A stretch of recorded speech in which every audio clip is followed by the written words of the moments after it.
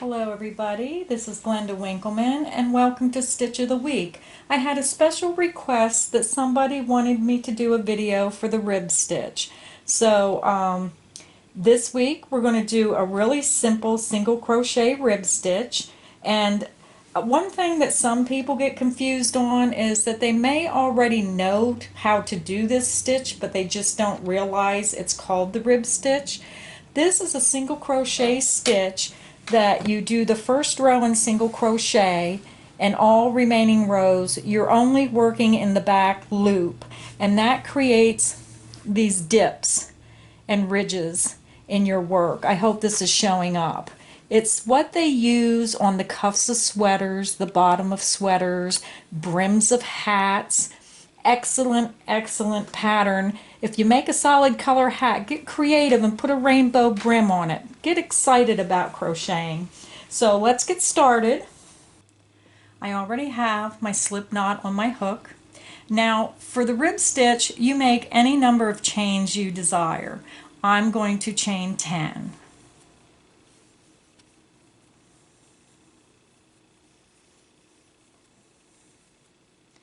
You're going to do the first row in regular single crochet. You're going to single crochet in that second chain, and you're going to single crochet in each chain across.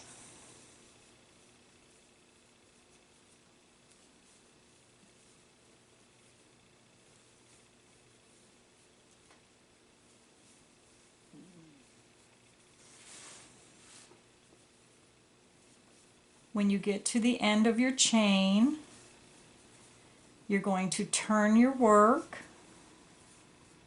So turn your work. You're going to chain 1.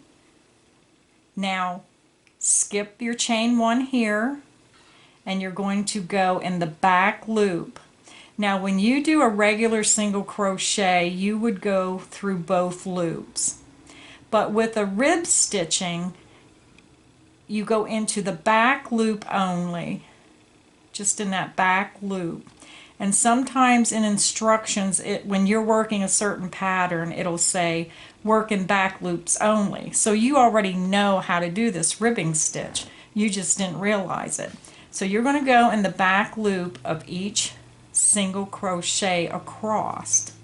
And when you're doing this stitch, if you look closely, it looks like your stitches are dipping down just a little bit. It looks like they're sinking down into the back of the work, and it creates a ridge here. Now when you're doing it in person, you'll see what I mean. So just continue across, working in that back loop.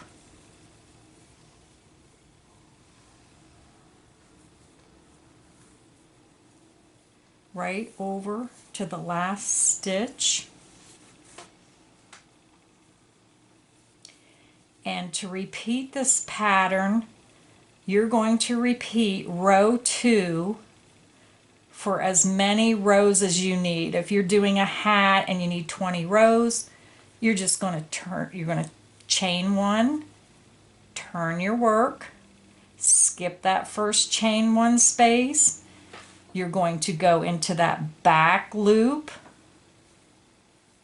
and you're going to single crochet in the back loop of each single crochet across, and you just continue that row after row after row. It is so easy, and it gives a nice texture to your work.